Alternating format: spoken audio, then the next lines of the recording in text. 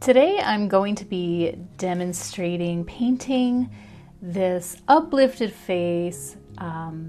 This woman is looking up into the sunlight. It's an image that I'll explain during the video how it means something to me. But I'm going to be demonstrating painting this with gouache on watercolor paper. I don't know if it'll be a long video or not because I really want to just take my time, show you my process, and if you're interested in painting this, you'll see that I'll have the reference image pop up. But what I am looking at doing is starting a Patreon account where I can have reference images and downloadables on that account. So if that's something that you're interested through the course of this video, please pop me a comment.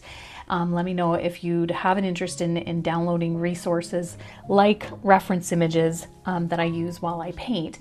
I did create this reference image on MidJourney with a commercial subscription, and I forget exactly the command that I gave it, but I basically created the command to say like female looking upwards with leaf patterns and lighting on her face with a lot of contrast, something like along those lines.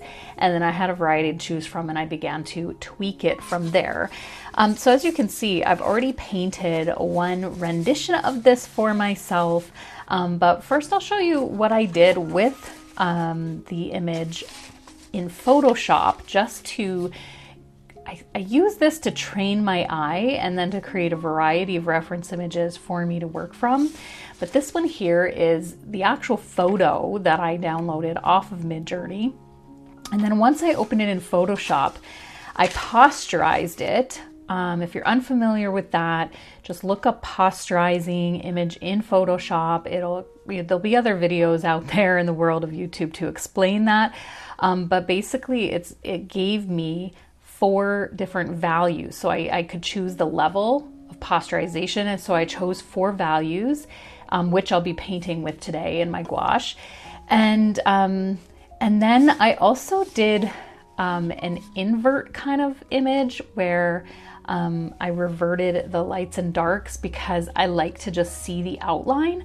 And that's just for my own referencing, really. The one that I'm going to work from the most, and I'm going to use my light table to create from, is this one with the posterization. And so then I guess the next thing I'll quickly show you is the supplies I'm using. I'm using 140 pound watercolor paper. It is on a block, and I did want to use it on the block, but it isn't sticking anymore. And I am going to use my light table to transfer my MidJourney reference image. So I'll show you that in a second. And then I have my gouache, which is in these little tubs. I have other videos on the channel where I opened this set of Art Whale gouache 42 color set. I have other videos where I show even swatching them and my first painting with them, and just I kind of have been like learning how to use them and hoping to do a review one day, which I haven't done yet. But I have to say I'm close to wanting to do the review because I had a great experience painting this so far. So anyway, so I've chosen these 3 colors to work with. I'll put all the specifics in the description box, but essentially I'm using Prussian blue as my darkest, cadet gray as the mid-tone, and then I have titanium white, but really as I get going, you'll see that I use the white of the paper and I use the titanium white to make myself a 3rd lighter value of the cadet gray. So I'll get into that as we paint. Then of course a set of round brushes that I have a variety of sizes, and I'll just grab whichever one is working for me at the time. I'm going to use a pencil and eraser to transfer the image. With the light table off camera, I have some water. I always have paper towel on hand, and then I have this little light table that I got off of Amazon recently. I'm kind of new to the light table, but because I illustrate children's picture books and I do a lot of sketching transfers, I thought it is about time that I stop using tracing paper and carbon, the carbon paper transfers. I felt like it was about time that I stopped. I'm just going to move this. I have a ring light that's reflecting in here, and I'm going to move it while I do the light. It's going to look strange on camera for a bit, but you'll get the idea here. Anyway, this light table was a fairly reasonable price on Amazon. Anyway, as you can see, I'm going to just position my watercolor paper in a placement where I like the composition of my girl's upturned face, and I'm going to just simply pencil sketch, giving myself the main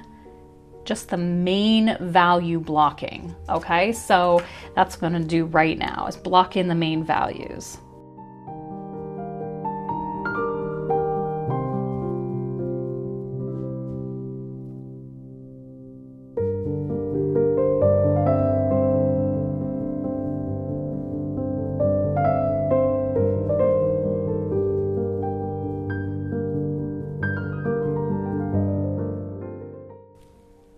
Okay, I'm going to move my light table out of the way now and then just work from eye, going, just kind of comparing back and forth. I think that the part I had a hard time seeing through the light table really was just the eyelashes and the eye. So I'm going to give myself a nice line here where that eye belongs, and then that helps me out there a little bit.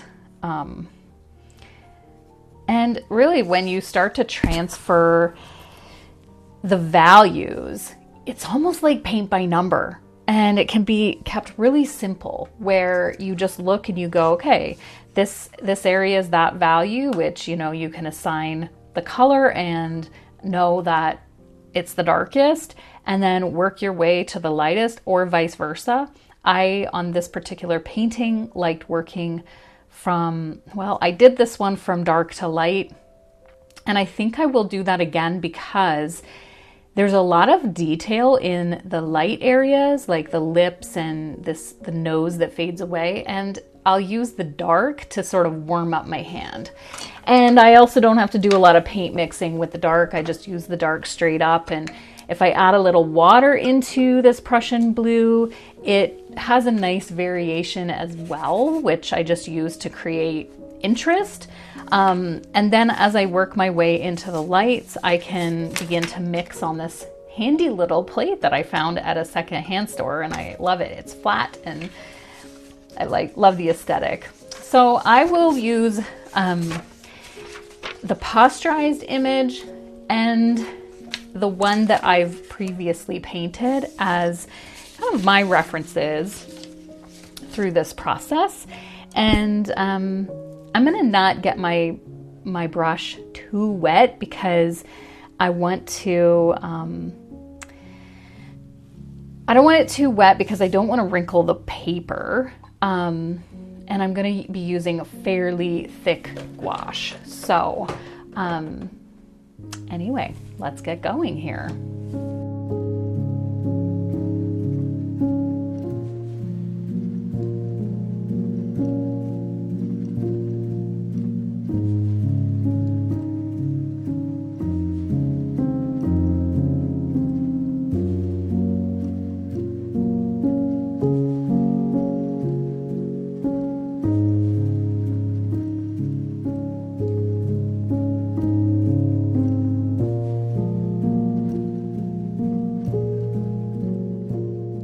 We'll come back in later on with some more of the Prussian blue for some dark areas that are in the highlight, low light, the deepest of the nose and lip. We'll come back in later, but for now we've done the right hand side of the darkness. I'm not sure if you can see it showing up here. I got a little bit lost in the sauce at one point. I think I forgot some of the markings when I was doing the light table transfer, and I got a little lost in the sauce, and I have not made her eyelid big enough. So her eyelid has a little bit of an alien look going on right now. But I'm going to attempt to fix that with some white gouache as I move forward in the painting. I'm just going to remember to like bring this part over a little bit more, and hopefully when I do, it will begin to correct the look and maybe even look better than my other sample. It's this white highlight there. I made it too small and pushed over to the right. I'm also going to end up extending her eyebrow a little bit with some more white gouache later on, but I want to move on to use the Cadet Gray. And I'm going to use the Cadet Gray as is, straight out of the Art Whale gouache tub, but I'm going to make another version of it that's a little lighter as well. And as I progress moving towards the left, I will use the lighter version as a blend, and you'll kind of see that even in my reference image, it sort of blends over into lighter area. So I'll use this Cadet Gray to do that. So on my plate here, I'm going to use the white gouache. I'll just kind of use a brush to scoop it out. The nicest thing about gouache is being water soluble, similar to watercolor. I don't have to worry about it drying and ruining my brushes. I just love that about gouache. Okay, so I'm going to use that just to do some paint mixing here.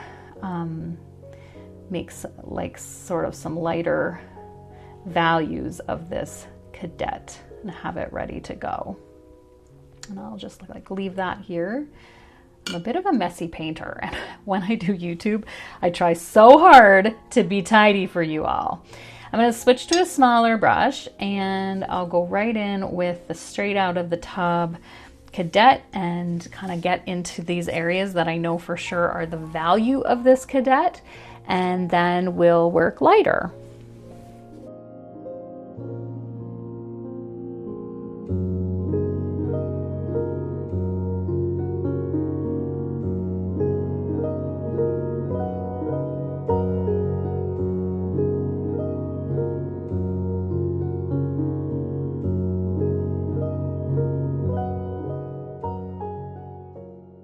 Okay, now I'm finally dipping into the lighter value that I mixed up, and I find that even though water will lighten gouache the same as watercolor, if I mix a value on my plate like I showed you with white, it goes on nice and thick, and it has a different consistency that I like working with, and so that's why I don't just use water to lighten the gouache. I do like using like paint mixtures of it. My eye is going back and forth from the reference image, just really looking at all the places where the different values land, and I'm just trying to match shapes, because if you can match the shape with each value, you're gonna get it. If you go off shape or you end up, I don't know, changing a shape like I actually just did, I'm gonna go back in and darken that up again because I changed the shape. I didn't mean to have so much light on my brush. I was just trying to make like a marking. If you change the shape of a value, then you alter the shape of the reference image and the painting. So I'm kind of constantly looking at these shapes and trying to match them with the value that they're calling for.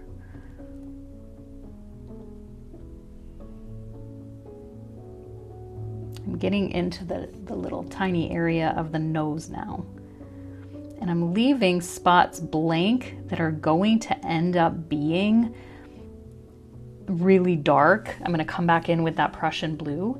I'm leaving them blank right now, but mainly as an indicator for myself of that the Prussian blue goes there. So it'll look weird for a few minutes here.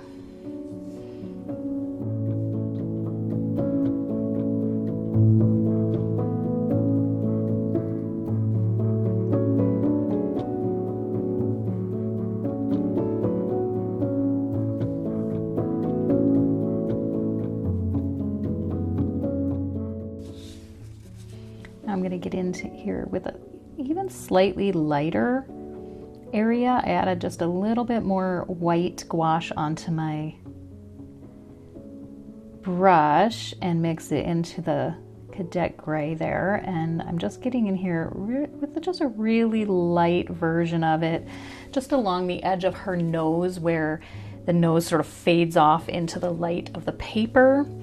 And then I'm going to get into her lips, which I love her lips, and I'm using the lighter shade that I mixed up.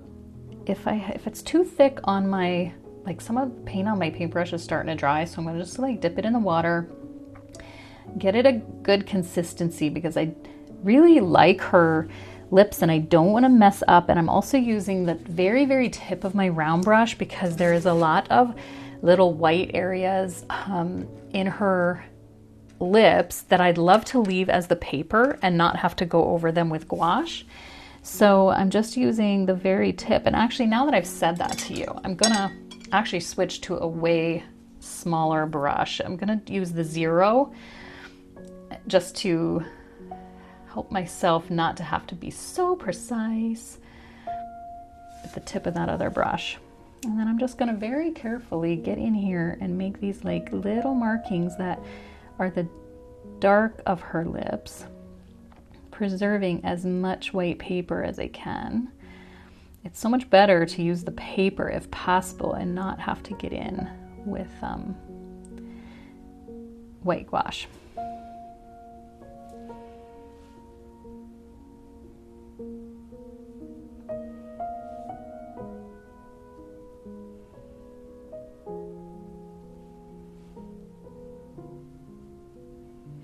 And even though I've started working so tiny, I'm still looking at the shapes that I'm seeing on the reference image, the tiny little shapes. And then when I recognize the tiny little shapes, I'm just trying to mimic those in the area that I'm working in.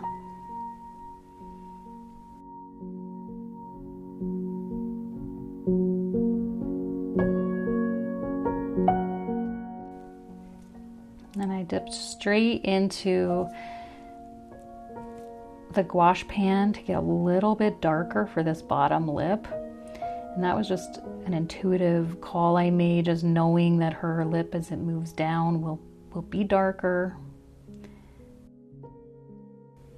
I love using small brushes, so when I get to a part of a painting that lets me use a small brush, it's always so exciting.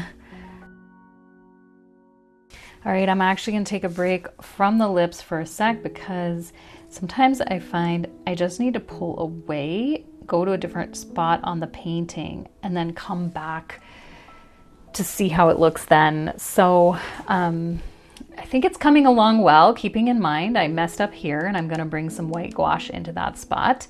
Let me work on the nose just a little bit and give the lips a break so that I can come back to it like with some fresher eyes. I'm gonna get right in here, kind of fill this in, keeping in mind these two white spots indicate where I'm gonna put in dark Prussian blue to be like the holes of her nose. And we'll leave that there. Where else do I need to move around here? I think I will start putting in with a light value here. I'll put in a few of these like little pieces of foliage. This point, when this reference image moves into foliage, it really is interpretation of the artist because I just kind of have to make up like what I think the foliage would be doing and let my paintbrush dance around a little bit. Yeah, it's kind of just an expression at this point once I get into this foliage. There's going to be some Prussian blue in there too, so I'm going easy, leaving room for that. I can actually probably even probably switch brushes into the foliage. I'm still using that tiny one I used for the lips. So now I think what I'll do is clean this tiny brush. Instead of switch brushes and go into the foliage, I'm going to clean this tiny brush and I'm going to go into her eye with white gouache. I have white gouache over here on my plate that you can't see, it's off camera, but I'm going to go in with the white gouache and I'm going to build up the area of her eye here where I went a little too far in, and try to make it look like she has a bit of a lid there, a better lid, I should say. I don't want to go overboard with this, but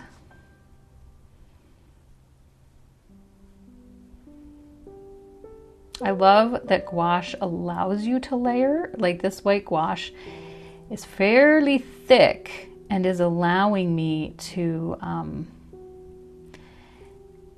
layer on top of that Prussian blue. I mean, you could do that with acrylic, but then acrylic would not be water soluble, so, or water down and apply the same way. So this gouache is giving me just such a nice layering ability. And if I didn't care for what I just did, I could take water and scrub it off just like watercolor would allow me to do.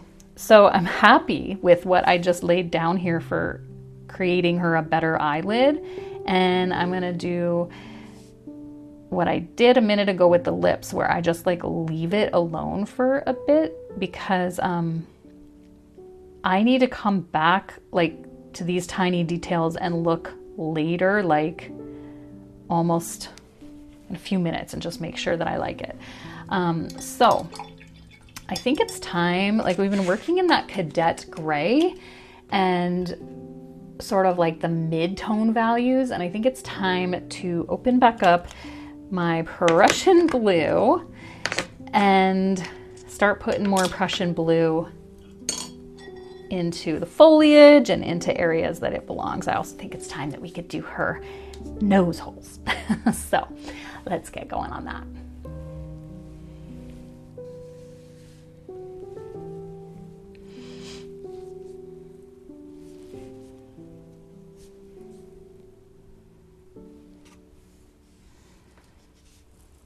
First, I'm just going to tidy a little bit of what is going on over here in the eyebrow. Oh yeah, I needed to extend the eyebrow with some white. Sometimes I forget my own my own plans, so I'll come back to that eyebrow in a minute.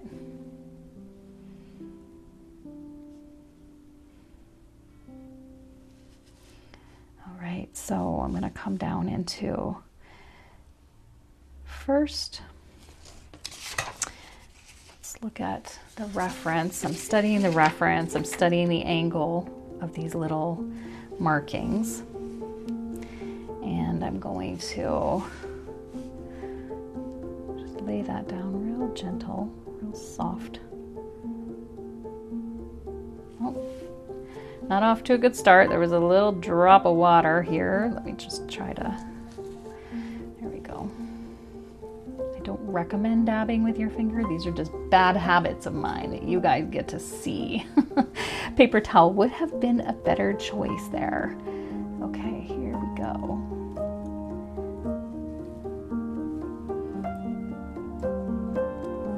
So this is the number 3 round brush. I'm using just tiny tip of it, and then I'm going to come in here and make this little hole of her nose right there, and she has a very small crease coming from her lip there, which I could lighten in a minute. It's here, let me lighten it now by just adding a titch of white into this Prussian blue, and then I'm gonna just go into this area of her lip there.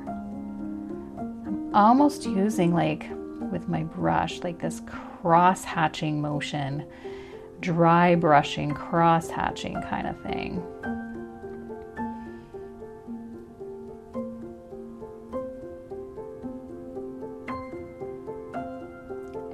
again, I'm looking at the shape of this area of her nose where that dark area is, and I'm looking at the shape, trying to mimic that placement and that shape with that value.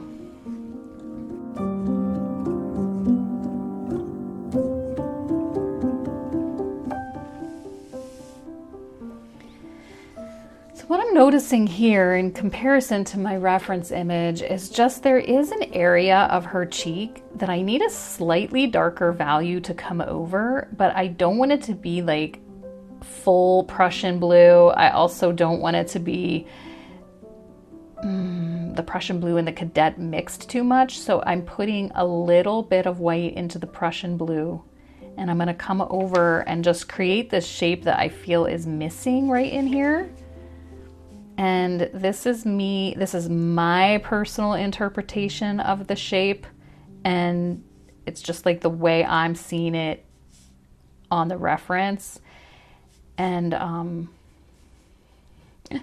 of what I would do, I guess. Like I'm deviating from the posterized Photoshop image, and I'm just seeing this here, that some things that I want to add in for the shape.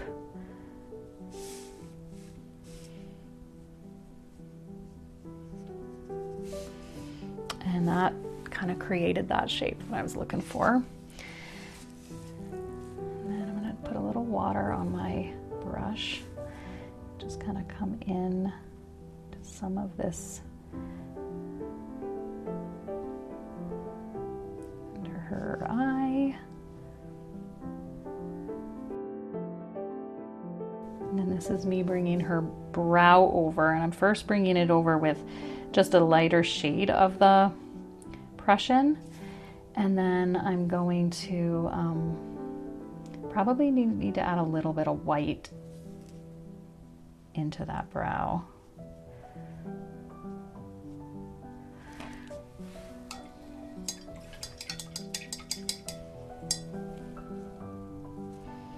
Like basically what I mean is like right in, there's a big drop on my, what I mean is right in here, I need to extend white over more. So I'm just using thick white gouache on my brush. Wasn't ideal, I would have preferred the paper, but I sort of missed it in some of those cues of transferring with the light table. I'm also seeing there was some foliage up in here that was probably really white, and so I'm gonna go and just use some white gouache and sort of splash it in there a little bit, which the layering of these is, you know, adding white gouache in is still really nice, but that watercolorist part of me likes to try to preserve the paper as much as possible.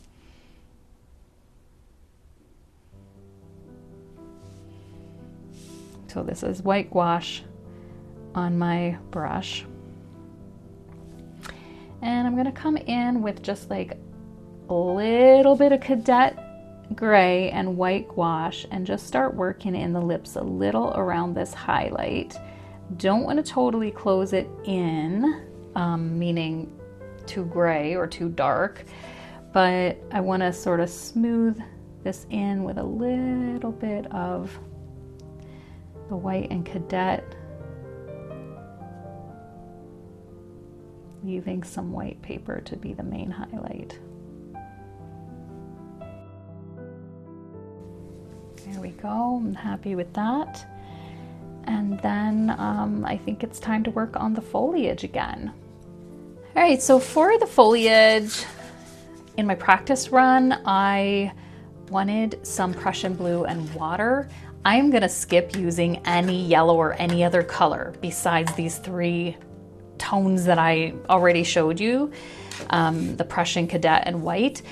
I just didn't like it. Even though it's a complementing color and I got it in there, I just wasn't into it. So I'm gonna leave this version that I'm doing here for YouTube just with just the blues.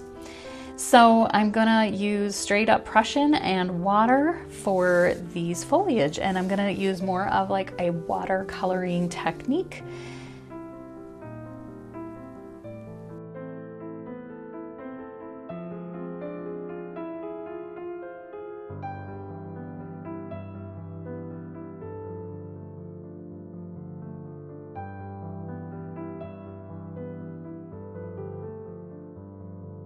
Gotta wash off my brush really good here. I'll just show you the mess I have going on. There we go. All this mess. Okay, so I'm gonna wash off my brush really good and get a little bit of fresh paint going here because I've made a lot of mess over here and I just want something fresh to work with. So we'll get some Cadet in white. That's probably too much.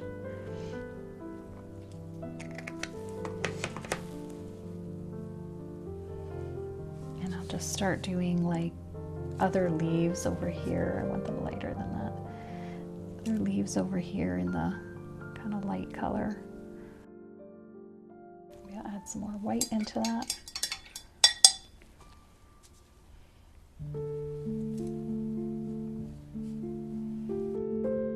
And then, you know, the leaves can all really just be open to your own interpretation, and I tend to fuss over them quite a bit here at the end. And I won't fuss over them on YouTube so much, but you can see how fun they can be and how fussy they can be all at the same time. So I'm going to fuss over these leaves, but without, I don't want to overdo it and make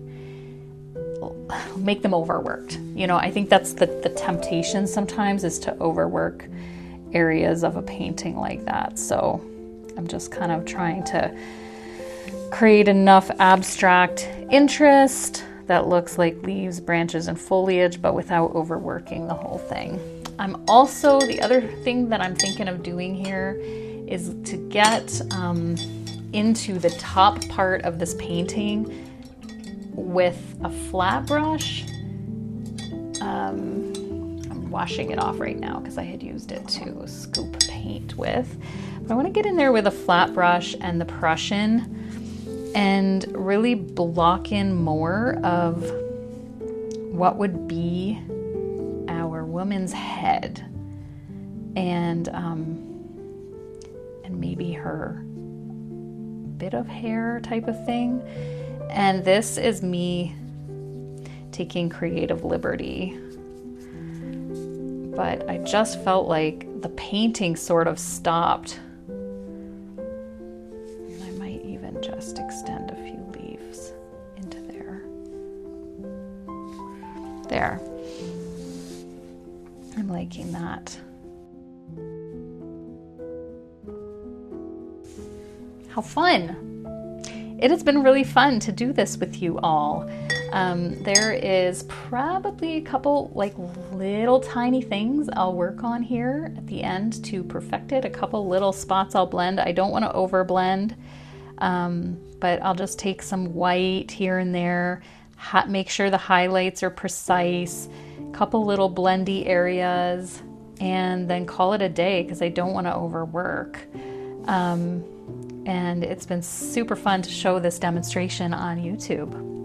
If you like this video, be sure to subscribe, hit the bell so you don't miss the next video, and share this with a friend. It helps the channel be seen and it helps me to keep creating art. You're going to find lots of pen and ink and illustration videos on this channel, as well as all things creative. Thanks so much for being here. Drop me a comment. See you next time.